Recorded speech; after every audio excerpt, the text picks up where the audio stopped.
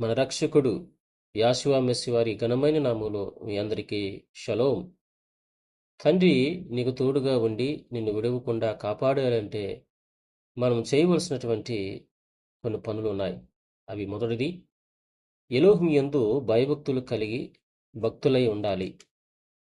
ఆయన సన్నిధానంలో నిత్యము కూడా మనం జీవిస్తూ ఉండాలి.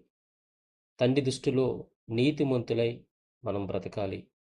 ఎలోహిం యొక్క మాటను మనము శ్రద్ధగా విని ఆయన మాటకు లోబడిన వారమైతే ఆయన సన్నిధి నీకు తోడుగా ఉంటది.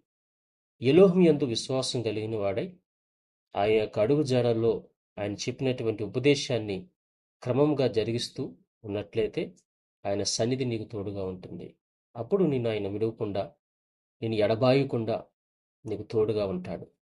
ఎలోహిము పరిశుద్ధుడై ఉన్నట్లుగా మనము కూడా పరిశుద్ధంగా ఉంటేనే గాని ఆయన నీకు తోడుగా ఉంటాడు, నిన్ను విడవకుండా ఉంటాడు.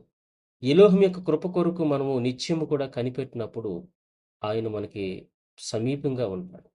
ఎలోహిం యొక్క మార్గమును మనము అనుసరించి జీవించిన వారమైతే నిత్యము కూడా ఆయన నీకు తోడుగా ఉండి నిన్ను నడిపించేవాడుగా ఉంటాడు. ప్రియ సహోదరుడా, ఈ మాటను బట్టి ఆయన సన్నిధిని నీకు నాకు తోడుగా ఉండాలి అంటే ప్రతి నిత్యము కూడా ఈ మాటలు నీ జీవితంలో నెరవేర్చేవాడై నీ ఉండాలి. అట్టి కృప నీకు తండ్రి అయిన అదోనేవారు అనుగ్రహించును కాక.